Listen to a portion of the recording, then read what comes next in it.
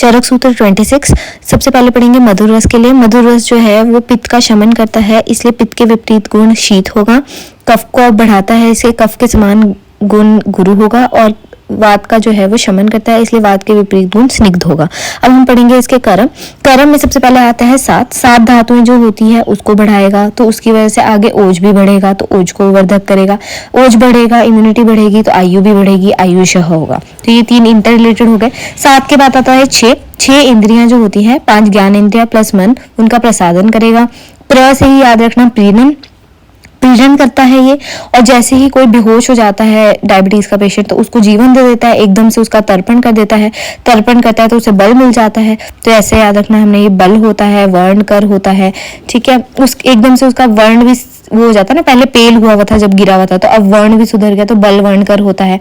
जब बच्चा पैदा होता है तो उसको मधु चटाते हैं, इसलिए शरीर सातम्य होता है। उसके बाद आ जाते हैं कि जैसे बल वर्ण कर होता है, तो बल से आ जाएगा बल्य, वर्ण से आ जाएगा त्वच, और वैसे ही कंठ्य केश्य होता है। क्योंकि हमें हर सेल के रिजुविनेशन के लिए ग्लूकोज की इंपॉर्टेंस होती है, इसलिए बालों के लिए भी हमें ग्लूकोज चाहिए, हर चीज के लिए ग्लूकोज चाहिए, ठीक है, हर सेल को रिजुविनेट करने के लिए चाहिए। बल्य से आ जाएगा कि ब्रीहन करता है। हमें पता है मधुर रस एकदम से ब्रीहन कर देता है। एकदम से आप कोई लड्डू खा लो, फटाफट एनर्जी आ जाएगी और वो स्थिर भी रहेगी। स्थैर्य कर क्यों होता है? क्योंकि carbohydrate is the best source of energy, अगर एकदम के लिए चाहिए, मतलब इंस्टेंट सोर्स ऑफ एनर्जी है, स्थैर्य कर है। फिर आता है कि जैसे कोई डायबिटीज का पेशेंट है, हम कहते हैं कि उसके वुंड जो है वो फटाफट हील नहीं होते हैं या व्रण नहीं भरता है। क्यों नहीं भरता है? क्योंकि इंसुलिन रेजिस्टेंट है सेल और उसके अंदर ग्लूकोज नहीं जा रहा है। अगर उसके अंदर फटाफट ग्लूकोज चला गया जाए, मतलब कि आपकी ग्लूकोज लेवल अभी बिल्कुल मेंटेन्ड है जो डायबिटिक पेशेंट है, और ग्लूकोज आराम से इंसुलिन की हेल्प से अंदर जा रहा है, तो फटाफट से वुंड हील हो जाते हैं। तो वही बोला है शतशील संधान करा। संधान करने के लिए आपका ग्लूकोज लेवल नॉर्मल होना चाहिए, इंसुलिन से ग्लूकोज अंदर जाना चाहिए, तभी संधान होगा। उसके बाद आते हैं दाह मूर्छा प्रशमन। क्योंकि मैंने पहले ही कहा था कि अगर कोई बेहोश हो जाता है तो हम उसको लड्डू खिलाते हैं कि इसका ग्लूकोज लेवल डाउन हुआ होगा, तो फटाफट स्थिर हो जाएगा, उठ जाएगा। फिर अगर हम गर्मी से आते हैं तो हमें बहुत तृष्णा लगती है, दाह लगती है, तो हम सिरप पीते हैं, रूअफ़ज़ा पीते हैं जो मीठा होता है, तो तृष्णा दाह प्रशमन करेगा। दो दोषों का शमन करता है ये, पित्त का भी शमन करता है, वात का भी शमन करता है। तो पित्त विष मारुत अपघन होता है ये, ठीक है, क्योंकि पित्त के विष के समान गुण होते हैं ना।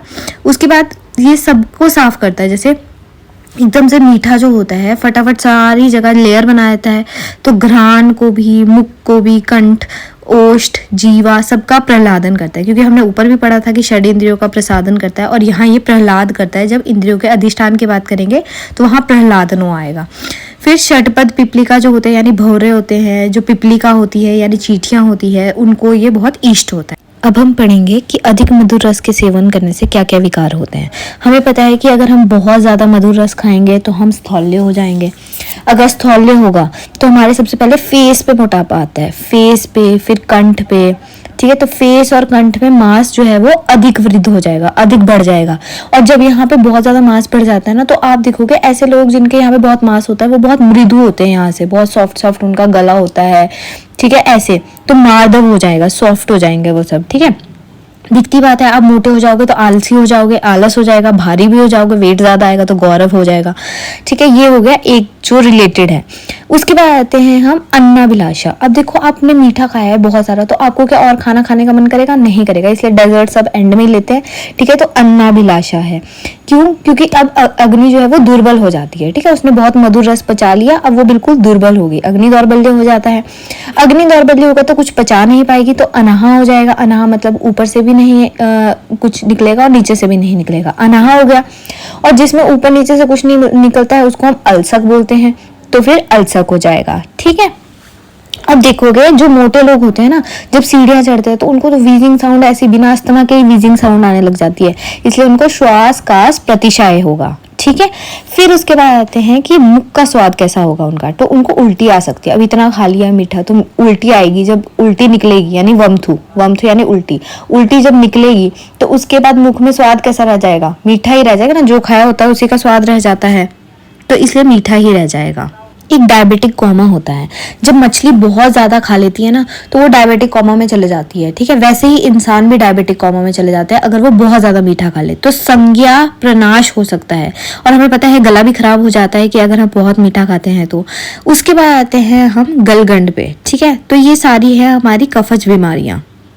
गलगंड, गंडमाला, गलशोफ, श्लीपद, ये सब कफज की ही वजह से होता है, ठीक है।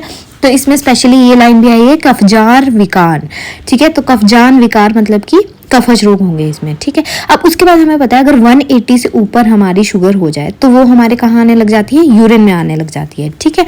इसलिए इसमें लिखा है कि बस्ती का लेप करेगी। दूसरी बात गले में भी फैल जाती है तो गले का भी लेप करेगी। और तीसरी बात धमनियों में कोलेस्ट्रॉल की तरह फैल जाती है तो धमनी का भी लेप करेगी। अब ये अक्षय आम्य करता है। अक्षय आम्य कैसे करता है, क्योंकि हमें पता है कि जो डायबिटीज़ होते हैं उनमें बहुत ज़्यादा रेटिनल चेंजेस होते हैं, तो अक्षय आम्य करेगा ही करेगा।